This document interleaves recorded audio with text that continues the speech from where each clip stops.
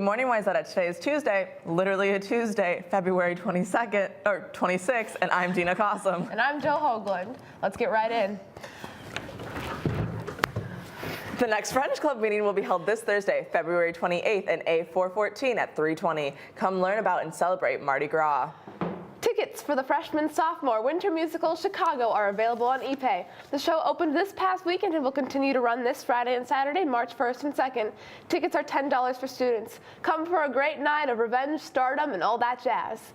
Heart will be having a wellness week starting next Tuesday, March 4th. The goal of this week is to raise awareness for mental health. Be sure to look for posters around the halls that have theme days, and be sure to stop by the Heart table at lunch next week. French students, join Madame Berg on the French field trip to St. Anthony Main Theater to see a current French film and head to Midtown Global Market for an international lunch.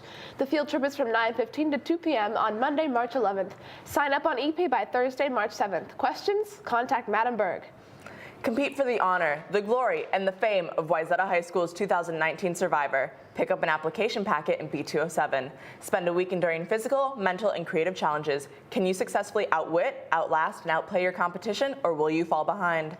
Research leafcutter ants, butterflies, turtles, and stingrays with university professors in Costa Rica. This opportunity is open to any current 10th or 11th grader.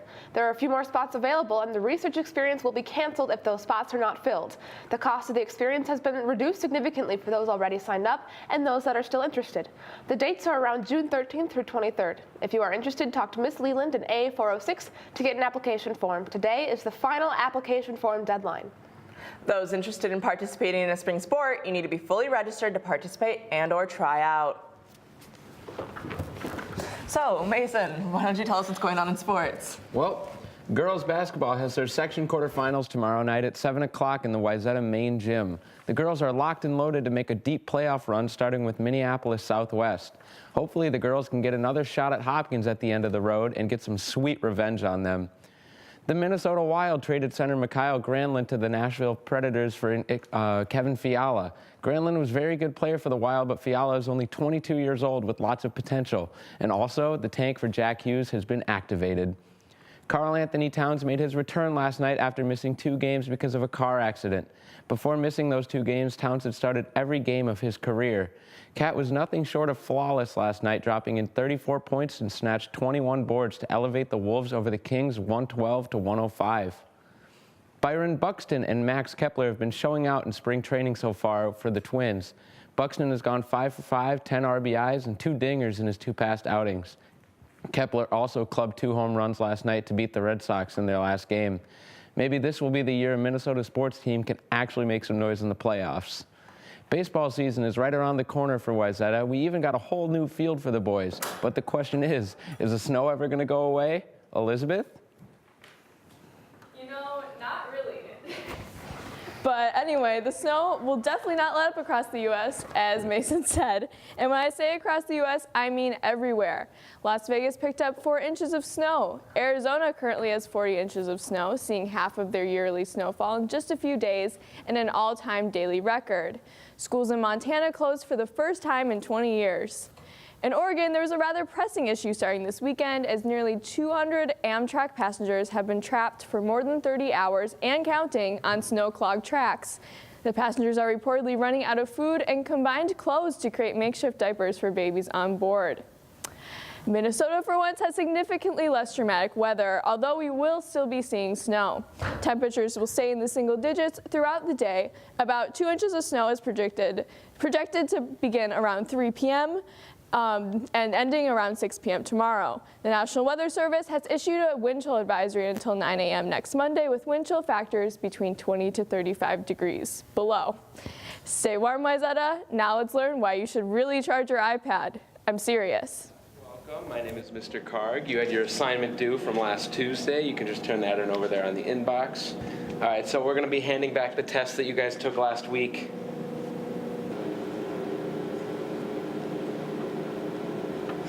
That was so weird that Mr. Card passed out earlier today. Yeah, I don't know what happened to him. I haven't seen anything like that before. Yeah, it so was weird. really weird. Honestly, he was pretty boring anyway. Connor? Connor?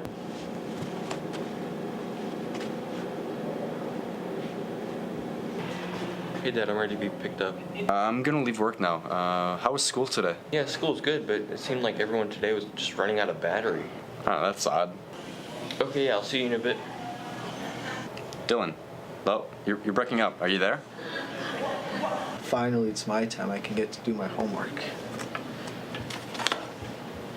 I guess instead, I'm gonna have to do it some other time. Hey Joe, I know you're not a link leader anymore, but I have some important information. Freshmen with the last names A through HAL, your first link crew My Time is this Wednesday. That's tomorrow. Please report to gyms 7 and 8 during that time. If you don't remember which group you're in, we'll remind you.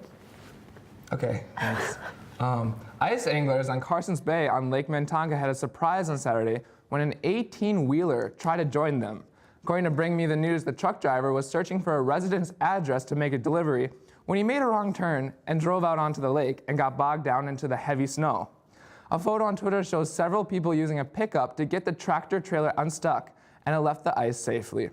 At least 2 snowmobiles and 1 car have gone through the ice on Tonka this winter, and Hennepin County officials have put out the usual thin ice signs at access points.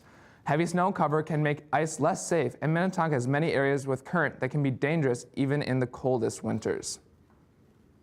A Morristown man died Sunday morning while trying to recover his vehicle from a ditch in Rice County. Travis Panur was one of hundreds of people to spin out during Saturday and Sunday's blizzard. Another man was attempting to pull Panur's truck from the ditch with a tow strap when the hitch broke and flew through the window and hit Panur. This is a reminder that towing vehicles are extremely dangerous due to the forces applied to the cable and the strap stretched between the 2 vehicles. Even a proper tow strap will stretch significantly under strain, and if something breaks, the energy releases turns the strap into a projectile. This is why you should always latch a heavy object in the middle of the strap to act as a damper. The Washington Post reports that tensions are high along the always volatile India-Pakistan border in Kashmir after Indian fighter jets struck an alleged terrorist training camp in Pakistani territory. Josh Mohammed, who ran the camp, claimed responsibility for an attack that killed 40 Indian policemen February 14th. Pakistani officials said the air raid was a failure and the Indian aircrafts were chased out of Pakistani airspace. An Indian military spokesman had a different story, describing significant damage and many casualties at the camp. India and Pakistan have quarreled over the Kashmiri territory for years, and both have nuclear weapons. On behalf of Elizabeth Oster, Mason Karg, and the Wayzata technical crew, I'm Joe Kotke. I'm Joe Hoagland. And I'm Dina Cossum. Now let's see who's having a happy birthday.